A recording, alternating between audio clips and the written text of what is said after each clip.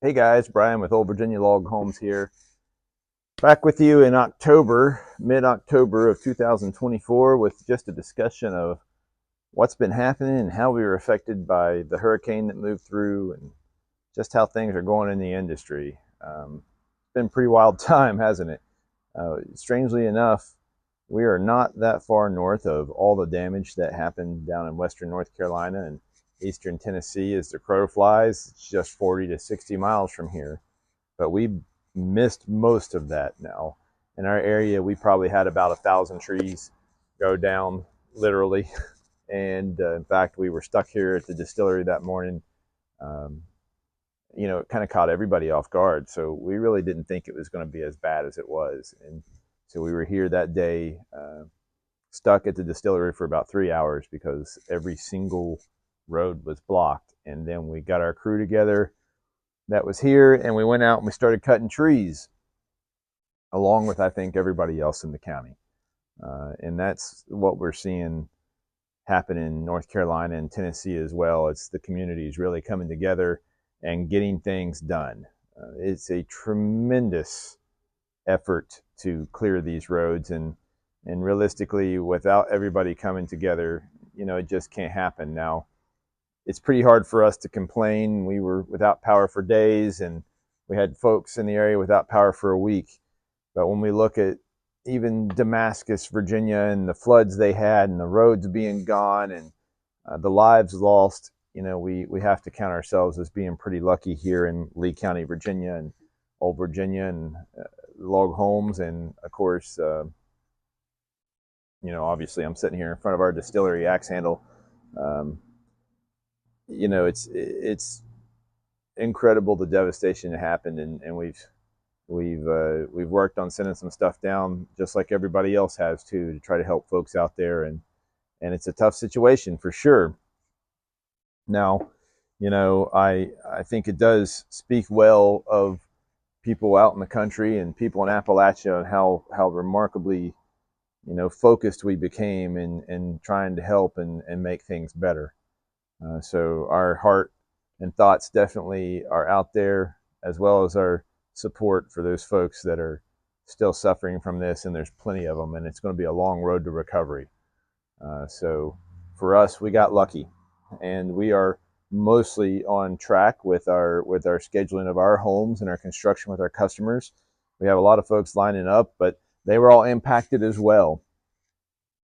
We had one customer who we're going to start cutting their house next week, but they lost the bridge into their property was washed away, so they got set back considerably, and now they've managed to get the road back together, and we're moving forward. So luckily that was their biggest problem, and that brings us to, I think, part of the discussion today is, when's the best time to build? We're coming up on winter here. Well, it's still firmly fall. Let's not rush things, but we're coming up on cooler weather at least. And a lot of times people will put off construction during that time frame. And I have to say, in my opinion, the best time to start building was last year. Things are still a little screwy, and I think are always going to be a little screwy in the construction world. We are suffering from a severe shortage of labor, and it's hard to find contractors, and it's hard to get things lined up. So if you're on the fence about it, then get started right now. Don't waste any time. Even if you're just doing the groundwork, now is the time to get started. We are not seeing things slow down much here. We keep hearing about these reports of the housing market's cooling off, and I think that's probably true in certain areas. Where it's not true, as far as we can tell, is in rural areas, because all the folks that are in these cities or in the suburbs, it seems like they all want to get out right now. So we're seeing lots of people, trying to get out from the cities, and they're buying property out here in the country, and they're sort of pushing their plans a little more forward in their timeline than they may have anticipated. There's a lot of uncertainty in the world, and we understand that. So, what's the very first step of anything is call us and let's have a conversation. We are not used car salesmen. We don't call you back. We don't take these hard line approaches to trying to sell you a product here. We understand, because we've been doing this for over 4 decades, that building a house is a huge process. But you need to start taking those first steps now, because I tell people all the time when they come see us, you don't even know the questions you should be asking at this point if you've not been talking to anybody about construction. And I think that we've had, I kind of feel bad because folks will talk to me and I'll tell them about some of the challenges of building a home in 2024. And they might feel like I'm trying to discourage them from building. And that's not the case at all. Our customers are still building. They're still going out there. They're still getting it done. They're doing their dream. They really are. But it is a lot of work.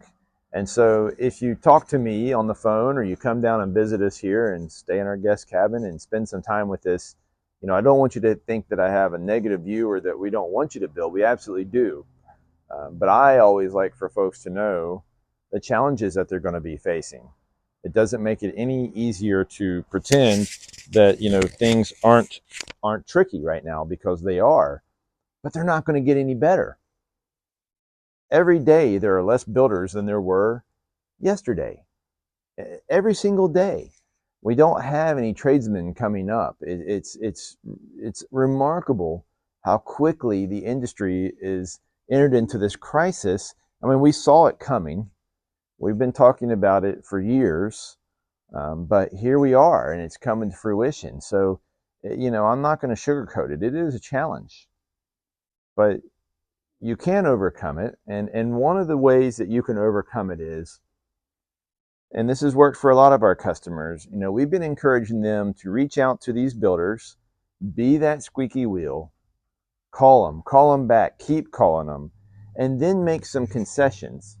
Gone are the days that we would see a builder that would just go and stay on your job and never leave it till they were done. Now he's got so much on his plate, he or she has so much on their plate, that you might have to say, look, if you can just get the roof on, I'm okay if you pull off for a couple months and then come back. That may be what you have to do, because we're seeing that working for a lot of our customers. They bug a builder in their area, they get them to come out and put the roof on, get the windows and doors in, maybe put the porches on, and then that builder may not be back for a couple months, but at least they got that much done. And every step you can get done, if they tell you they can get your footer and foundation in, let them do it. Let them do it. Don't try to time it with the rest of your house. I mean, you got to be reasonable. Don't do it 15 years in advance. But if it's going to be 3 or 4 months, who cares? It doesn't matter. The footers don't care. The foundation doesn't care. Go ahead and let it get done. And then when you can move forward, get your subfloor on, get your logs delivered, erected by us, and get the rest of your house built in whatever pieces you can. We all have this dream, I assume, because you're watching a video made by a log home company of living out in the wilderness or the woods or the rural areas in our little log cabin with our fireplace and our warm logs, and the autumn setting in. I'm wearing a wool shirt today. Finally, we all have that dream. And the only difference between you having that dream and me having that dream, or our customers having that dream, is that we're making it happen, and you can too. It's not easy. I know the interest rates are not ideal right now, although they're nothing compared to 12 or 13% like they were in the 80s. But I was talking to a bank the other day, and they were talking about how they sell you the mortgage, not the rate, meaning that they would just refinance when the rates got better. But guys, I don't know when the rates are going to get better. I know that every time I go to the grocery store that the food bills are higher. I know that we're giving our staff cost of living raises, and not even raises, just having to bump their pay, trying to keep up with this crazy inflation. And it's hard to do, especially for a small business. I know that things are not looking fantastic in the world. It's a challenging time. It's an uncertain time. But we have to decide if we're going to live our dreams and if we're going to live our life in the best way that we can, that makes us the happiest that we can be, and wherever that happiness is found at. So, for me, it really is being in Lee County, Virginia, where at night when it's dark, it is really dark and there is no lights around, and it's a small community, and sometimes you feel like it's a really small community until you have 1,000 trees fall down over the road, and you drive out the road that morning, and every half a mile you meet another couple guys out cutting up trees. That's what living rural is about. And it's about helping each other and being there for each other, and that real sense of community that I'm not saying it's not possible to have it in a city. I'm sure it is. But it has a little bit different feel out here, and I love it, and I wouldn't trade it for anything. I don't have a Starbucks. I don't have a shopping mall. There's no bookstores. There's no coffee shops, period.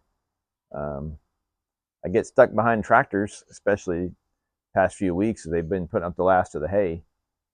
I wouldn't trade it for anything. And I think that a lot of you have that same dream, that you want to live in that environment, and you can.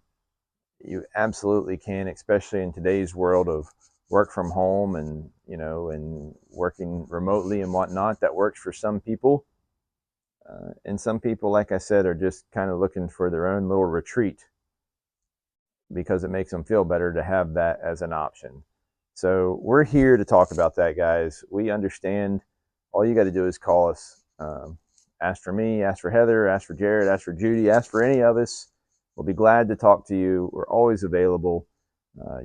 Everybody that works with us has my cell phone number, and you just call me day or night, 7 days a week. I answer the phone all the time, and I talk to builders all the time. I talk to our customers all the time that have questions about this, that, or the other, and we're just happy to help you guys any way that we can.